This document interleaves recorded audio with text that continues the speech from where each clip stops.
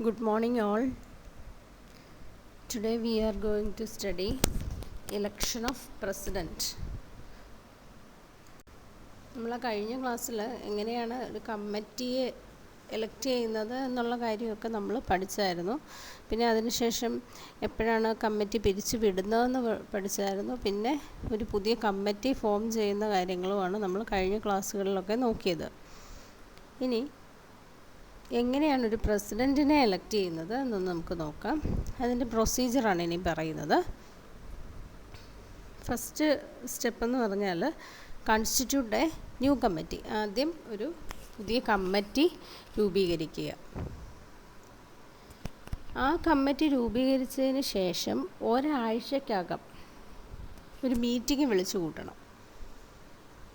ആ മീറ്റിങ്ങിലാണ് പ്രസിഡൻറ്റിനെയും vice പ്രസിഡൻറ്റിനെയും, president ആയിരിക്കാം, ചിലപ്പോൾ വൈസ് പ്രസിഡൻ്റ് ആയിരിക്കാം, അവിടെ എലക്ട് ചെയ്യുന്നത്.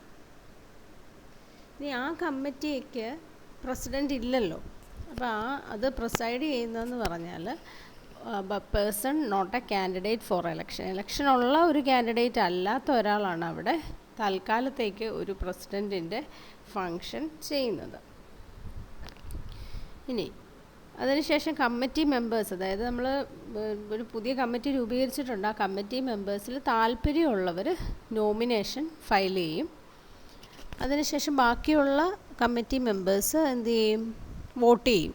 അയാൾക്ക് വേണ്ടിയിട്ട് വോട്ട് ചെയ്യും. താല്പര്യമുള്ളവർക്ക് നോമിനേഷൻ കൊടുക്കാം. അതിൽ നിന്ന് ബാക്കിയുള്ള കാൻഡിഡേറ്റ്സ് അവർക്ക് താല്പര്യമുള്ളവർക്ക് വോട്ട് ചെയ്യുന്നു. ഇനി അതിനുശേഷം പ്രിസൈഡിങ് ഓഫീസർ എന്ന് പറഞ്ഞാൽ സാധാരണ പ്രസിഡൻ്റാണ്. പ്രസിഡൻ്റ് ഇല്ലാത്തതുകൊണ്ട് ഒരാളെ അപ്പോയിൻ്റ് ചെയ്തിട്ടുണ്ടെന്ന് പറഞ്ഞായിരുന്നു. ഇലക്ഷന് ഇല്ലാത്ത ഒരാളാണ് ഇവിടെ പ്രിസൈഡിങ് ഓഫീസറായിട്ട് വരുന്നത്. ഈ പ്രിസൈഡിങ് ഓഫീസർ ഈ നോമിനേഷൻ കൊടുത്തതിൻ്റെ ബേസിൽ വോട്ടിംഗ് നടത്തിയിട്ടുണ്ടല്ലോ, ആ വോട്ടിങ് എത്ര പേര് വോട്ട് ചെയ്തിട്ടുണ്ടെന്നുള്ളത് കൗണ്ട് ചെയ്യും. എന്നിട്ട് റിസൾട്ട് പബ്ലിഷ് ചെയ്യും.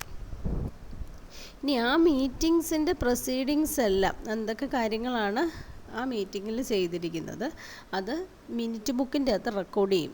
അതുപോലെ തന്നെ അറ്റസ്റ്റ് ചെയ്യുന്നതും പ്രിസൈഡിങ് ഓഫീസറാണ്. അപ്പോൾ പ്രിസൈഡിങ് ഓഫീസർ ഒരു മിനിറ്റ് ബുക്കിൻ്റെ അകത്ത് ആ പ്രൊസീഡിങ്സ്, ആ മീറ്റിങ്സിൽ എന്തൊക്കെ കാര്യങ്ങളാണ് തീരുമാനിച്ചതെന്നുള്ളത് എഴുതി ചേർക്കും. അതുപോലെ തന്നെ അത് ഒന്ന് അറ്റസ്റ്റ് ചെയ്യുകയും ചെയ്യും.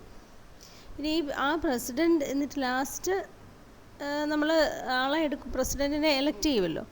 ഈ പ്രസിഡൻറ്റ് ഒരു റിപ്പോർട്ട് രജിസ്ട്രാർക്ക് സബ്മിറ്റ് ചെയ്യും. അതായത് ആ റിപ്പോർട്ടിൻ്റെ അകത്ത് name and address of the managing committee members, ആരാണ് പ്രസിഡൻറ്റ് അല്ലെങ്കിൽ വൈസ് പ്രസിഡൻറ്റ്, മറ്റ് കമ്മിറ്റി മെമ്പേഴ്സ് ആരൊക്കെയാണ് എന്നുള്ള ഡീറ്റെയിൽസ് രജിസ്ട്രാർക്ക് അയച്ചു കൊടുക്കും. അപ്പോൾ ഇത്രയുമാണ് അതിൻ്റെ സ്റ്റെപ്സ്. ഇനി അടുത്തത് പറയാൻ പോകുന്നത് പ്രസിഡൻറ്റിൻ്റെ പവേഴ്സിനെ കുറിച്ചാണ് അടുത്തത് നമ്മൾ പറയുന്നത്. മാനേജിങ് കമ്മിറ്റിയിലുള്ള എല്ലാ മെമ്പേഴ്സിനും ഉള്ള പവേഴ്സും ഡ്യൂട്ടീസും പ്രസിഡൻറ്റിനും ഉണ്ടായിരിക്കും. പിന്നെ ഓവറോൾ കൺട്രോൾ ആൻഡ് സൂപ്പർവിഷൻ ആരാണ്? അതായത് അഫയേഴ്സ് ഓഫ് ദി കമ്മിറ്റി, സൊസൈറ്റിയുടെ മൊത്തം കാര്യങ്ങളുടെ ഓവറോൾ കൺട്രോള് പ്രസിഡൻറ്റിനാണ്. ഇനി അതുപോലെ തന്നെ മാനേജിങ് കമ്മിറ്റി മീറ്റിംഗ് വിളിച്ചു കൂട്ടുമ്പോഴും ജനറൽ ബോഡി മീറ്റിംഗ് വിളിച്ചു കൂട്ടുമ്പോഴും അവിടെ പ്രിസൈഡ് ചെയ്യുന്നത് പ്രസിഡൻ്റ് ആയിരിക്കും. ഇനി എന്തെങ്കിലും ഡിസിപ്ലിനറി ആക്ഷൻസ് എഗൻസ്റ്റ് എംപ്ലോയീസ്, അതായത് എംപ്ലോയീസിൻ്റെ ഭാഗത്തുനിന്ന് എന്തെങ്കിലും ഫോൾട്ടി ഇവൻറ്റ്സ് ഉണ്ടായിട്ടുണ്ടെങ്കിൽ അതിന് എഗൻസ്റ്റ് ആയിട്ടുള്ള ഡിസിപ്ലിനറി ആക്ഷൻ, അപമര്യാദ കാണിച്ചിട്ടുണ്ടെങ്കിൽ അതിനെതിരെയുള്ള ആക്ഷൻസ് എടുക്കേണ്ടത് പ്രസിഡൻ്റാണ്. അടുത്ത ഒരു പവർ എന്ന് പറയുന്നത് കാസ്റ്റിംഗ് വോട്ട്സിനുള്ള റൈറ്റ് പ്രസിഡൻറ്റിനുണ്ട്. അതായത്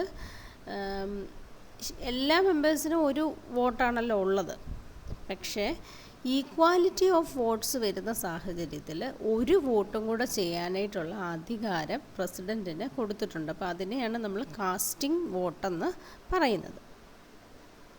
ഇനി അടുത്തത് പറയുന്നത് maintenance of registers and records. ആ സൊസൈറ്റിയിലുള്ള എല്ലാ രജിസ്റ്റേഴ്സും അതുപോലെ തന്നെ റെക്കോർഡ്സും സൂക്ഷിക്കേണ്ട കടമ പ്രസിഡൻറ്റിനാണ്. പ്രസിഡൻ്റാണ് അതിൻ്റെ ഫുൾ റെസ്പോൺസിബിലിറ്റി വരുന്നത്. അപ്പോൾ ഇത്രയും പോയിൻറ്റ്സ് ഒന്നുകൂടെ ഞാൻ പറയുകയാണ്. മാനേജിങ് കമ്മിറ്റിയിലെ എല്ലാ മെമ്പേഴ്സിനുള്ള പവേഴ്സും ഡ്യൂട്ടീസും പ്രസിഡൻറ്റിനുണ്ട്. ഇനി ഓവറോൾ കൺട്രോൾ ആൻഡ് സൂപ്പർവിഷൻ നടത്തുന്നത് പ്രസിഡൻ്റാണ്. മാനേജിങ് കമ്മിറ്റി മീറ്റിംഗ് വിളിച്ചു കൂട്ടുമ്പോഴും ജനറൽ ബോഡി മീറ്റിംഗ് വിളിച്ചു കൂട്ടുമ്പോഴും പ്രിസൈഡ് ചെയ്യുന്നത് അതായത് പ്രസിഡൻറ്റ് തന്നെയാണ്. ഇനി എന്തെങ്കിലും എംപ്ലോയീസിൻ്റെ ഭാഗത്തുനിന്ന് അപമര്യാദ ഉണ്ടായിട്ടുണ്ടെങ്കിൽ അതിന് എഗൻസ്റ്റ് ആയിട്ടുള്ള ആക്ഷൻസ് എടുക്കേണ്ടത്, അതായത് നിയമപരമായിട്ടുള്ള ആക്ഷൻസ് എടുക്കേണ്ട ആൾ പ്രസിഡൻ്റാണ്. കാസ്റ്റിംഗ് വോട്ടിനുള്ള റൈറ്റ് ഉണ്ട്. അതുപോലെ തന്നെ ആ സൊസൈറ്റിയിലെ രജിസ്റ്ററും റെക്കോർഡ്സും എല്ലാം സൂക്ഷിക്കേണ്ട കടമ പ്രസിഡൻറ്റ്. ഇനി അപ്പീൽസ്, എന്തെങ്കിലും അപ്പീലിന് പോകേണ്ട സാഹചര്യം ഉണ്ടെങ്കിൽ, അതായത് ഡിസിപ്ലിനറി ആക്ഷൻ ഉണ്ടായിട്ടുണ്ട്, അപ്പം അത് അപ്പീലിന് പോകേണ്ട ആൾ ആരാണ്? പ്രസിഡൻ്റാണ്. ഇനി സൊസൈറ്റിക്ക് വേണ്ടി ജോയിൻ്റ് അക്കൗണ്ട്സ് ഓപ്പറേറ്റ് ചെയ്യേണ്ടത് പ്രസിഡൻ്റാണ്. സൊസൈറ്റിയുടെ ആവശ്യത്തിന് വേണ്ടി ചില സാഹചര്യങ്ങളിൽ ജോയിൻ്റ് അക്കൗണ്ട്സ് ഒക്കെ ഓപ്പൺ ചെയ്യേണ്ടതായിട്ട് വരാറുണ്ട്. അപ്പോൾ അതിൽ ഒരാൾ പ്രസിഡൻ്റ് ആയിരിക്കും, സൈൻ ചെയ്യേണ്ട ഒരാൾ പ്രസിഡൻ്റ് ആയിരിക്കും. ഇനി മീറ്റിംഗ് വിളിച്ചു കൂട്ടുമ്പോൾ ഡിസ്കഷൻസിനെ ലീഡ് ചെയ്യേണ്ട ആൾ പ്രസിഡൻ്റാണ്. ഇനി അതുകൂടാതെ ബൈലോസിൽ പറഞ്ഞിരിക്കുന്ന ഓൾ ഡ്യൂട്ടീസ് ആൻഡ് റെസ്പോൺസിബിലിറ്റീസും പ്രസിഡൻറ്റിന് ഉണ്ടായിരിക്കും. വളരെ ഇമ്പോർട്ടൻ്റ് ആണ്. ഇനി അടുത്തത്, ആരാണ് ഒരു സൊസൈറ്റിയുടെ സെക്രട്ടറി എന്ന് പറയുന്നതെന്ന് നോക്കാം.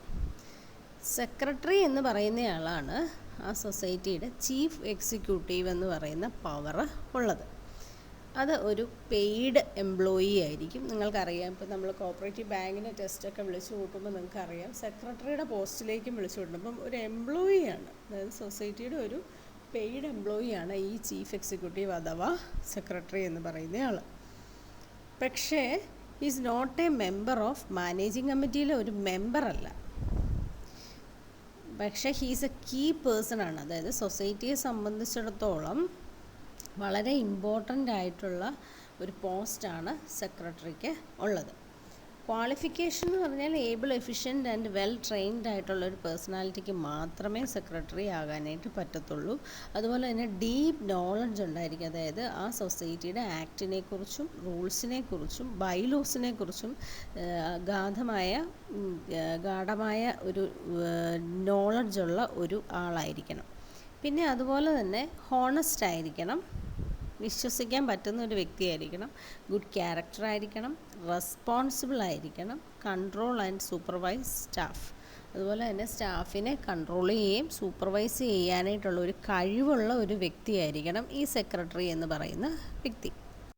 ഇനി അടുത്തത് പറയുന്നത് ഈ സെക്രട്ടറിയുടെ ഡ്യൂട്ടീസ് ആൻഡ് റെസ്പോൺസിബിലിറ്റീസ് ആണ്.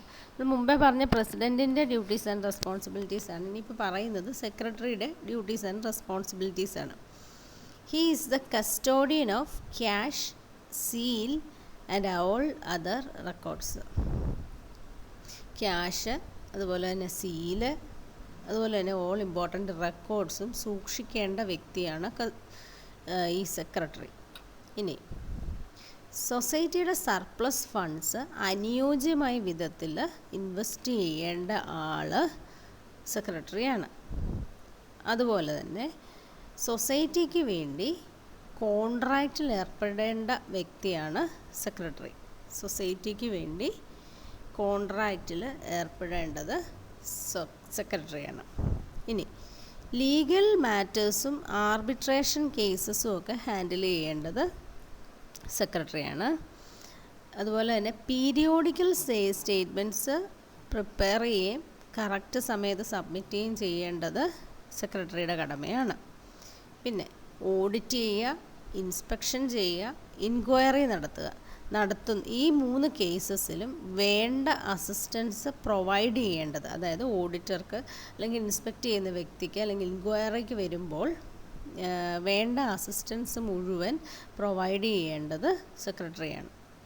അതായത് ഓഡിറ്റ് ചെയ്യാൻ വരുന്ന ഓഡിറ്ററാണ്. അതുപോലെ ഇൻസ്പെക്ഷന് വരുന്ന വ്യക്തിക്ക് വേണ്ട അസിസ്റ്റൻസ് പ്രൊവൈഡ് ചെയ്യുക. ഇനി rectification of mistakes and audit queries. എന്തെങ്കിലും മിസ്റ്റേക്സ് ഒക്കെ ഉണ്ടെങ്കിൽ അത് കണ്ടുപിടിക്കാൻ കഴിവുള്ള ഒരാളായിരിക്കണം. അതുപോലെ തന്നെ ഓഡിറ്റ് ക്വയറീസ്, അതായത് ഓഡിറ്റേഴ്സിൻ്റെ ഡൗട്ട്സ് ക്ലിയർ ചെയ്യാനായിട്ടുള്ള ഒരു കഴിവുള്ള ഒരു വ്യക്തിയായിരിക്കണം സെക്രട്ടറി. ഇനി ജനറൽ ബോഡി മീറ്റിങ്ങിലും മാനേജിംഗ് കമ്മിറ്റി മീറ്റിങ്ങിലും എടുക്കുന്ന തീരുമാനങ്ങൾ പ്രവൃത്തിയിൽ കൊണ്ടുവരാനുള്ള ഒരു കഴിവ് ഉണ്ടായിരിക്കണം. അതുപോലെ തന്നെ മീറ്റിങ്സ് വിളിച്ചു കൂട്ടേണ്ടത് സെക്രട്ടറിയാണ്. മീറ്റിങ്സിൽ പ്രിസൈഡ് ചെയ്യേണ്ടത് പ്രസിഡൻ്റാണ്, പക്ഷേ മീറ്റിങ്സ് വിളിച്ചു കൂട്ടുന്നത് സെക്രട്ടറിയാണ്. രജിസ്ട്രാർ, അതുപോലെ തന്നെ മെമ്പേഴ്സ്, മറ്റ് പേഴ്സൺസ്, എന്തെങ്കിലും ഇൻസ്റ്റിറ്റ്യൂഷൻസുമായിട്ടുള്ള കറസ്പോണ്ടൻസ്, അതായത് ലെറ്റേഴ്സ് അങ്ങോട്ടും ഇങ്ങോട്ടും അയക്കുകയും റിസീവ് ചെയ്യുകയും സെൻഡ് ചെയ്യുകയും ചെയ്യേണ്ട വ്യക്തിയാണ് സെക്രട്ടറി. സൊസൈറ്റിക്ക് വേണ്ടിയാണ് ഇതെല്ലാം ചെയ്യുന്നത്. ഇനി authorised to sue or to be sued on behalf of society. സൊസൈറ്റിക്ക് വേണ്ടി ലീഗൽ ആക്ടിവിറ്റീസിൽ ഏർപ്പെടേണ്ടത് സെക്രട്ടറിയാണ്. Carry out day to day administration and management. ഓരോ ദിവസത്തെയും ഡീലിങ്സ് നടത്തേണ്ടതും മാനേജ് ചെയ്യുകയും ചെയ്യേണ്ടത് സെക്രട്ടറിയുടെ കടമയാണ്. ഇനി മാനേജിംഗ് കമ്മിറ്റിക്ക്, അതായത് പോളിസീസും പ്രോഗ്രാംസും പ്രിപ്പയർ ചെയ്യുമ്പോൾ അതിന് വേണ്ട അസിസ്റ്റൻസ് പ്രൊവൈഡ് ചെയ്യേണ്ടത് സെക്രട്ടറിയാണ്. ഇനി അടുത്തത് പറയാൻ പോകുന്നത് പ്രസിഡൻറ്റിൻ്റെ പവേഴ്സിനെ കുറിച്ചാണ്. അടുത്തത് നമ്മൾ പറയുന്നത് മാനേജിംഗ് കമ്മിറ്റിയിലുള്ള എല്ലാ മെമ്പേഴ്സിനും ഉള്ള പവേഴ്സും ഡ്യൂട്ടീസും പ്രസിഡൻറ്റിനും ഉണ്ടായിരിക്കും സൊസൈറ്റി. Thank you.